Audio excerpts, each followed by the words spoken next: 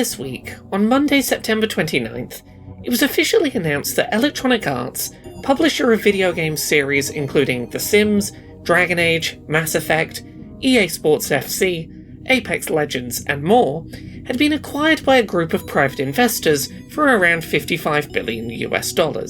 This group of private investors included, notably, the Saudi Arabia Public Investment Fund and Affinity Partners, an investment firm whose CEO is Jared Kushner, son-in-law to Donald Trump. Understandably, this has concerned a lot of people, myself included. For a little context, the Public Investment Fund exists in large part to help launder the global perception of Saudi Arabia through associations with popular culture, and to bring in income investments from foreign companies. Their investments in companies such as Ubisoft have reportedly, in the past, impacted the content those companies produce, with reports, for example, linking PIF funding to the development of an Assassin's Creed Mirage DLC set in 9th century Al-Ula, an ancient Arabian city. Jared Kushner's political leanings and affiliations are no secret, nor are his connections to, and willingness to do work that supports, the aims of Donald Trump. A major element of Project 2025, the right-wing playbook for advancing right-wing political momentum under the new Trump presidency, is the aim of reducing diversity and left-wing associated political views in pop culture. EA as a game publisher may not be perfect, but they do have a number of franchises under their belt that feature queer and disabled representation, as well as games that have benefited in terms of accessibility by bringing in disabled consultants to help shape the direction of their accessibility efforts. They're also notable for their efforts to release accessibility tools and patents for wider open source use, for example under their Accessibility Pledge initiative. Obviously, there are concerns that EA, and the development studios under them, may feel pressured to tone back representation and accessibility efforts in series such as Mass Effect, The Sims, Dragon Age, Apex Legends, and more going forward. EA CEO Andrew Wilson has claimed in a statement regarding the buyout that EA's core values will not change in the wake of this acquisition, while being very non-specific in that quote. Our values and our commitment to players and fans around the world remain unchanged.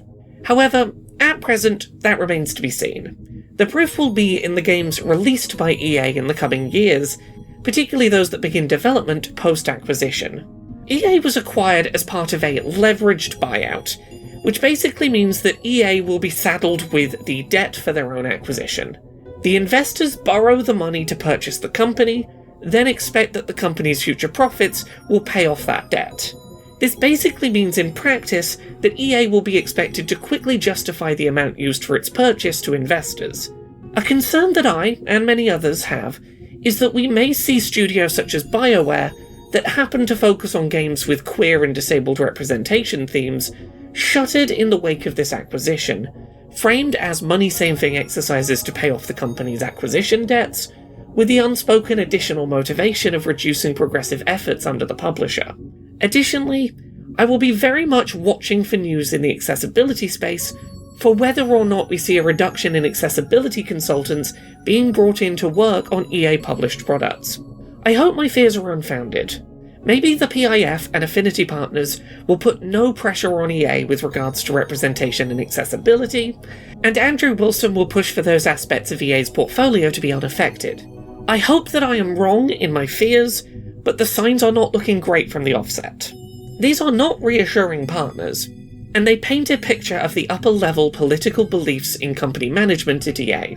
At the most generous reading, they represent a publisher wholly unconcerned with the beliefs of those they have chosen to receive investment from. What this means for my coverage of EA games going forward, I need time to make that assessment. I do not want to be putting money into the pockets of the PIF and Jared Kushner's company if I can personally avoid it. But the number of AAA game developers that I can cover as a games critic, without inadvertently funding things that I politically disagree with, is ever shrinking. My gut instinct is that maybe EA-published games need to go into the Ubisoft coverage area for me. Generally don't cover them, but make occasional exceptions on this specific show because a specific release does something with regards to accessibility that I cannot reasonably ignore while covering the space. I say this as someone who loves a lot of work being published under EA, and had the opportunity to work as a consultant for BioWare a few years ago. I don't want to stop supporting EA's games, but I find it hard to justify financially supporting the company following this acquisition. I'm writing this the same day that news of the acquisition broke. I don't have any great answers right now for how to move forward.